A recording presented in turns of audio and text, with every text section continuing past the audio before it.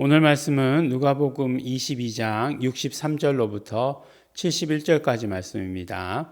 우리 함께 읽겠습니다. 지키는 사람들이 예수를 희롱하고 때리며 그의 눈을 가리우고 물어 가로되 선지자 노릇하라 너를 친 자가 누구냐 하고 이 외에도 많은 말로 욕하더라.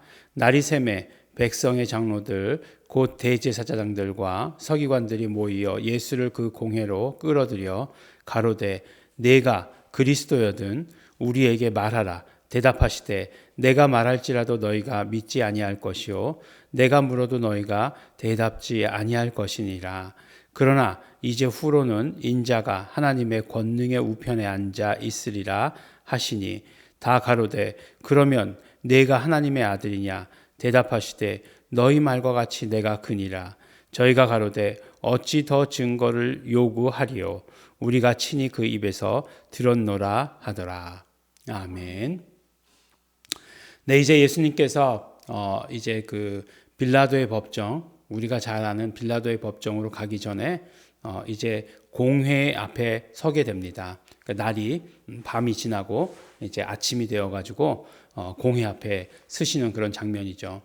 근데 뭐 모든 역사는 밤에 일어나죠. 밤에 일어났던 그 역사가 이제 베드로가 예수님을 3번 부인하는 것, 닭이 울었으니까 닭이 울면 어떻게 되는 거죠? 새벽이 오는 거잖아요.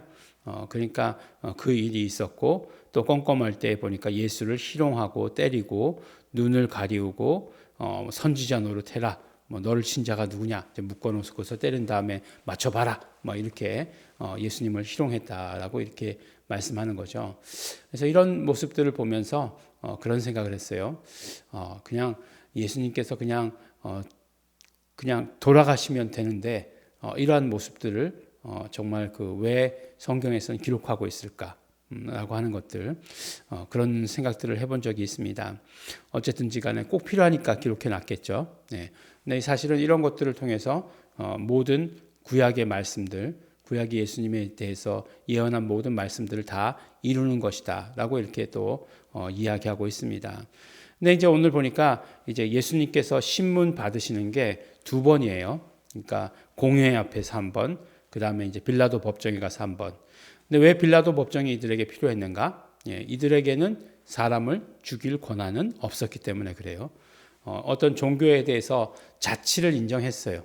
그렇지만 사람을 죽이고 살리고는 하지 못하도록 했어요.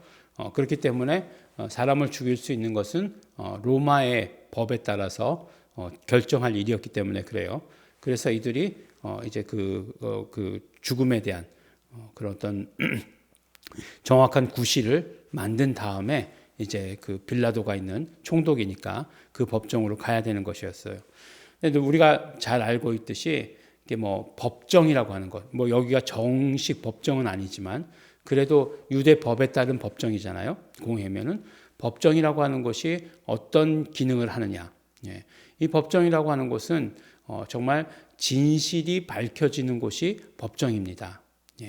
그러니까 이게 뭐 그 선진국이냐 후진국이냐를 결정하는 게 그거예요. 그래서 결과적으로 그곳에서 정말 공정하게 어떤 그 진실이 드러나느냐 드러날 수 없느냐라고 하는 것이 법치국가냐 아니냐 하는 것이 결정이 되는 그런 것들이죠. 그런데 이곳에서 정말로 진실이 드러나게 되어 있죠. 그래서 우리가 그 법정 가운데서 말씀하시는 것들을 잘 들어야 돼요. 근데 가만히 들어보니까 결국 2가지예요.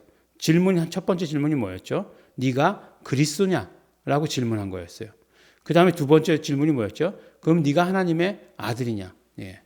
이거보다 더 중요한 이야기가 어디 있어요? 주 예수 그리스도 아니에요? 우리의 고백이 주 예수 그리스도 하나님의 아들. 이게 가장 우리 크리스찬들에게 있어서 또 초기 그리스도인들에게 있어서 가장 중요한 고백이죠. 그래서 주 예수 그리스도 하나님의 아들. 그래서 익투스라고 하는 그 물고기라고 되어 있는 거 그게 결국 그잖아요. 주 예수 그리스도 하나님의 아들이시잖아요. 그러니까 결국은 이 중요한 어떤 문제들이 중요한 어떤 그 복음의 진리가 드러나는 곳이에요. 그래서 예수님 정말 고난 당하셔서 어떻게 라고 하는 것보다 우리는 거기서 말씀하시는 예수님께서 말씀하시는 정말 진리가 무엇인지를 들을 수 있어야 되는 거죠. 그래서 이제 보니까 그리스도냐라고 얘기했을 때 내가 말할지라도 너희가 믿지 아니할 것이요. 네. 이건 내가 믿고 안 믿고 지금 예수님의 말씀을 듣고 안 듣고의 문제가 아니었어요. 이 사람들에게 있어서는 어쨌든지 간에 죄를 뒤집어 씌워야 되는 그런 장소였잖아요. 그러니까 이 사람들에게는 진실이나 진리나 하는 것들은 아무 상관이 없었어요. 근데 예수님께서는 그래도 그 가운데서 진리를 말씀하셨어요. 보니까 뭐라고 말씀하시냐면 네가 믿지 않을 것이다. 그러나 이제 후로는 인자가 하나님의 권능의 우편에 앉아 있으리라 라고 이렇게 말씀하세요. 하나님의 권능의 우편에 앉아 계신다 라고 말씀하시는 거죠. 근데 이 말씀을 했을 때에 이 말씀이 무슨 뜻인지 이 듣는 사람들은 다 알았어요. 우리는 그냥 권능의 우편 그러면 하나님 예수님께서 이제 죽으시고 부활하시고 승천하셔서 하나님 우편에 앉아 계신다. 우리 맨날 신앙 고백 가운데 그렇게 고백을 하니까 그렇게 계시나 보다라고 이렇게 생각하는데 그게 이 사람들은 다 알던 것이 무엇이냐면 시편 110편 1편 말씀이잖아요. 예. 뭐라고 말씀하시죠? 여호와께서 내 주에게 말씀하시기를 내가 내 원수로 내 발등상 되게 하기까지 너는 내 우편에 앉으라 라고 이렇게 말씀하셨잖아요. 그러니까 이 말씀이 굉장히 여러 가지 의미를 담고 있는데 여호와께서 내 주께 말씀하시기를 이건 다윗의 고백이거든요. 근데 벌써 예수를 주라고 이렇게 얘기하고 있어요. 여호와께서 내 주께 말씀하시기를 그 다음에 뭐라고 말씀하신 것이에요? 내 우편에 앉으라라고 이렇게 말씀하신 거예요. 그러니까 그리스도냐라고 이렇게 얘기했을 때 뭐라고 말씀하시는 것이에요? 이 성경 구절을 다 알고 있던 사람들은 막 그냥 그렇군요라고 했을까요? 아니죠. 예. 확실하게 그리스도다라고 말씀하시는 것을 시편 110편 1절 말씀을 가지고 말씀하신 거예요. 그러니까 완전히 거기다가 이제 늘 제가 쓰는 표현이죠. 미꾸라지에 소금 친 것 같이 이제 막 날려나는 거죠. 그러면 네가 하나님의 아들이냐? 라고 이렇게 물어보니까 뭐라고 얘기하죠? 너희 말과 같이 내가 그니라 하나님의 아들이시다 라고 이렇게 말씀하시는 것이에요. 그래서 오늘 말씀에 뭐라고 예수님께서 증언하시는 거죠? 하나님의 아들, 그리스도. 그러니까 예수 그리스도 하나님의 아들. 이것이 우리는 어떤 타이틀 같지만 그렇지만 이것이 바로 우리 고백이잖아요.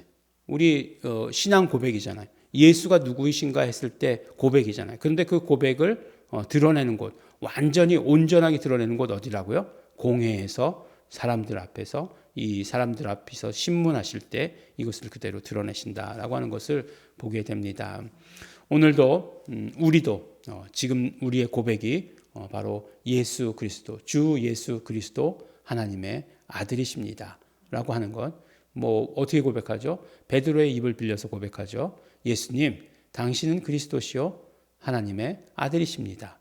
예, 이렇게 고백하는 것. 이것이 우리의 신앙 고백이 지금도 우리가 그렇게 고백하고 있는 것처럼 그렇게 이 재판정에서 이 재판이 열리는 이곳에서 그렇게 다 드러났다라고 하는 것을 말씀해 주십니다.